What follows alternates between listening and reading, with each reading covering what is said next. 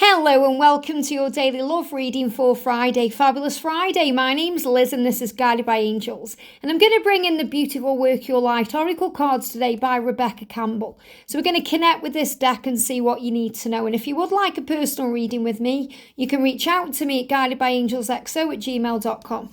So thank you, angels. What's the energy around you today? So we're going to connect with the energy around you, your person, your journey. So what's the energy around you? One card, and there's one card sticking out there. What's the energy around your special person today? Jumped on the camera. And the energy around the journey itself, the special journey that you are in. So let's connect and see what we need to know today. So the energy around you today, you've got two cards. So the first is get grounded. Now this is really powerful. So remember, you are an empath. You are a light worker. You are highly sensitive. So when you connect with energies in that way, you have to ground yourself, because otherwise you'll get stressed out, or you'll feel you're being attacked psychically, or you'll struggle to deal with what you're going through. It's so important that you ground yourself, to center yourself, to come back into the now. And this is also what you need to do as a twin flame, because you're experiencing not only your energy, but you'll be experiencing their energy too, because you are one. But when you are a light worker, when you are an empath, when you are clairsentient, you also feel what others feel. You experience collective energy as well as your own and your twins. So that makes you extra sensitive. So you can feel very emotional, and you can feel up and down. You may get teary. You may even feel angry, because you're connecting with all of these different energies. So when you go through these energies, it's so important that you ground yourself. And you can do that through meditation, breath work, gratitude, mindful meditation, doing things you enjoy, or you can do this through nature, going for a walk. So connect with nature today. Spend some time outdoors if you can, even if it's just going in the garden and taking a minute to breathe in the air, or you go into the woods, or you go near the ocean by the beach and you just feel the power of nature. You know, Mother Gaia is there for you to ground you and heal you and connect with you. And when we're outdoors in nature, we're the closest to God we'll ever be. We feel part of something bigger. We remember there's a bigger picture, and we notice how nature just effortlessly flows. It doesn't force or try, it just is. And we're reminded of that when we go outdoors in nature. It doesn't matter what the weather, if it's raining, it's cleansing you. If it's sunny, it's warming you. If it's snow, it's, a powerful change is taking place. So whatever the weather today, try and go outdoors and breathe it in. Or if you can't go outdoors, try and bring it inside. So for example, maybe listen to some nature sounds. Maybe you want to listen to the sound of the ocean lapping against the shore. You want to hear the rainforest noise and maybe meditate to those noises. Or maybe you want to bring in some plants or some flowers or even some soil to connect with the energy of nature. So get grounded today, and it will help you to deal with what you're going through. And also remember, there's a reason you've come. You are connecting with the Pleiades energy here because you are ascending. So you're also becoming aware right now of what your mission is and what your mission is together, because you have a mission separately and together. You have a double mission.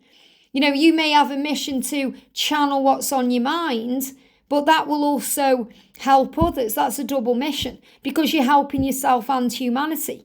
So you're able to channel and uplift humanity. So that's part of why you come. So obviously, because you have a purpose to do that, you have gifts and you are knowledgeable and you're wise, and you have to ground your energy to be able to handle that, because you'll be constantly receiving downloads and knowledge and wisdom from the higher realms. So you have a mission here, and you're here to help the world, because everything you do has purpose and value. When you're kind to someone, that actually has a ripple effect on the world, because being kind to someone, it makes them feel good. Then they go and be kind to someone, and so on and so on. So even when you don't even realize how powerful you are through your love and light, it's having a ripple effect on the world. So you're realizing and recognizing what your mission is, that you are a channeler, that you have gifts and you are strong, that you have angels around you, and that you are here for a reason. And that you may be feeling extra sensitive because of that. So make sure you're spending time in meditation, in nature, grounding yourself to feel at peace. So what's the energy around your person? Wow, look at this. Don't dim to fit in. They've done this for far too long. You know, they've worn a mask. They've tried to follow the crowd when they are a leader. They've come here to shine bright. So they're waking up to this, you know, rubbing their eyes, looking around. You know, it's like Neo when he wakes up from the Matrix. He says to Morpheus, what's up with my eyes? And Morpheus says, you've never used them before. So he's starting to see things in a new way. So the message says, how are you dimming your light in order to fit in? So they are dimming their light because they're not following their truth, or they're wearing a mask, or they're still remaining in a karmic relationship, or they're still stuck in a job that doesn't serve them, or they're not out in the open with you, or they're not expressing themselves to you. These are things they are waking up to, and things that they need to change. They are well aware that they aren't here to fit in with people. You know, they're not meant to do that. That's what, you know, other people do.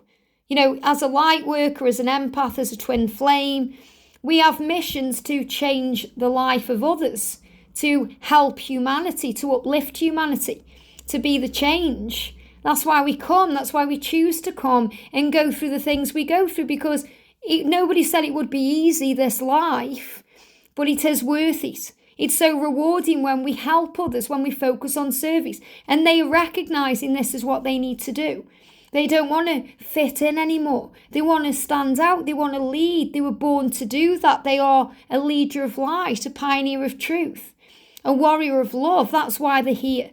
So they are recognizing what they need to change. And I feel that these are different aspects of themselves. So this could be the masculine and feminine aspect of themselves that they are waking up to. So they're starting to open their eyes. They feel you with them. They know you are guiding them and supporting them. And that's why things may seem to be crumbling. You know, when things seem to be crumbling, that's when the chaos comes in. The tower moments, things seem to be going wrong when they're actually going right, or things seem to fall apart. So if things seem to be falling apart, recognize it's going to be okay.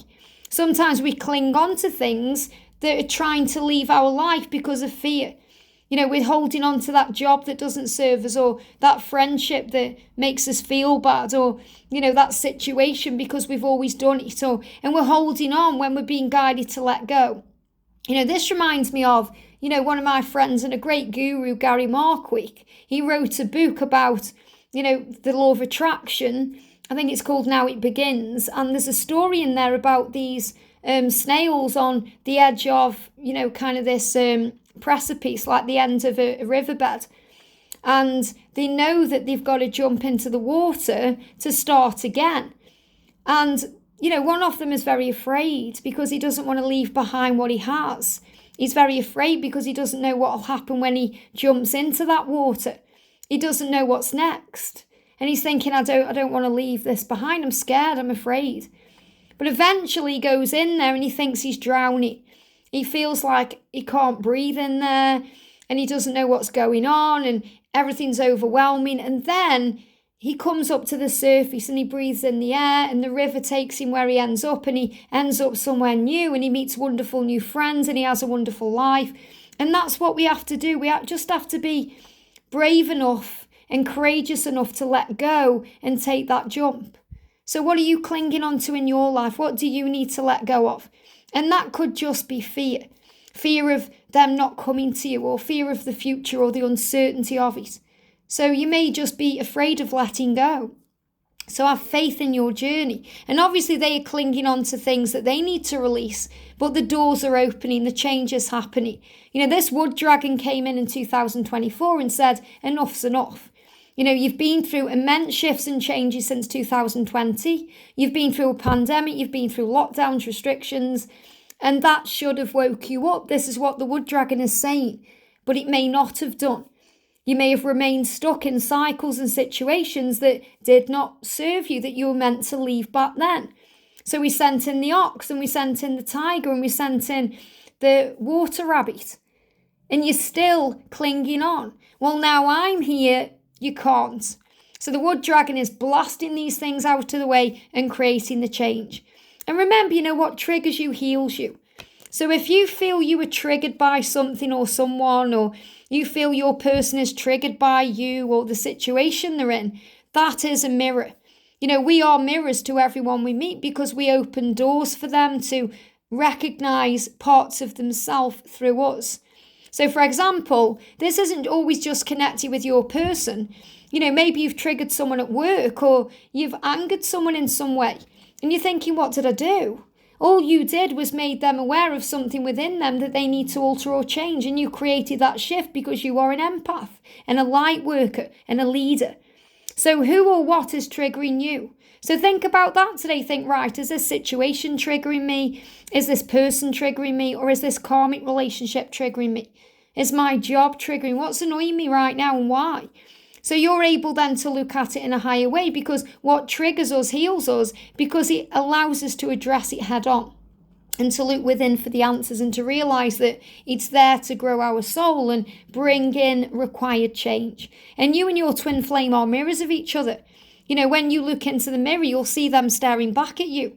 And this is also to remember to look in the mirror, to forgive yourself, to do the Ho'oponopono prayer, to say, I'm sorry, please forgive me, I love you, thank you, because nobody can hurt you or affect you or stress you out unless you allow it to be so. And most of the time you're triggered because something hasn't gone to your plan, or you had expectations that were dashed and you felt disappointed, or you wanted something now and it didn't work that way.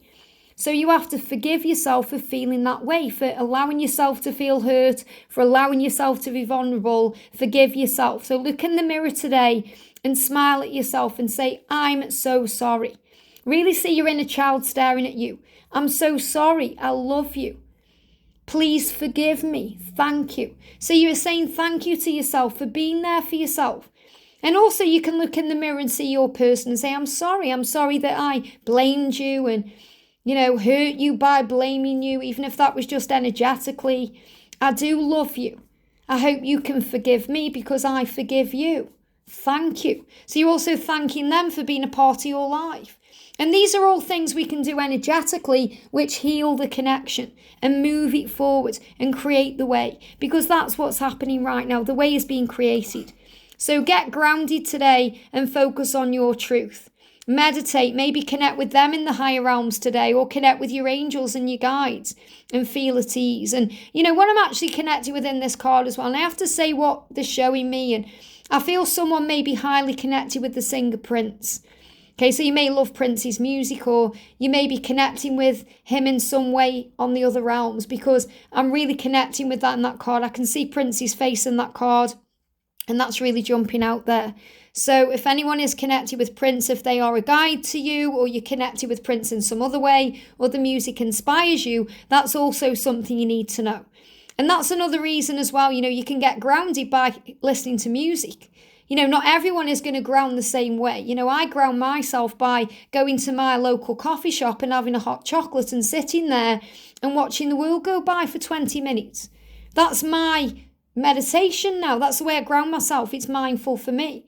Whereas in the past, I used to do big, deep meditations. I don't do that now. I know now how I can ground myself in a quicker way. So do what you feel guided to do. Sometimes you're going to want to do a long meditation where you just shut the world out for an hour and you connect in that way. Other days you may just want to go for a brisk 5-minute walk to recenter yourself and call in the angels and feel at peace. But whatever you feel guided to do is for you. There's no right way and no wrong way. There's just your way. There's our way. And that's what will work and bring in power. I hope this helps. Have a great day and I'll see you soon.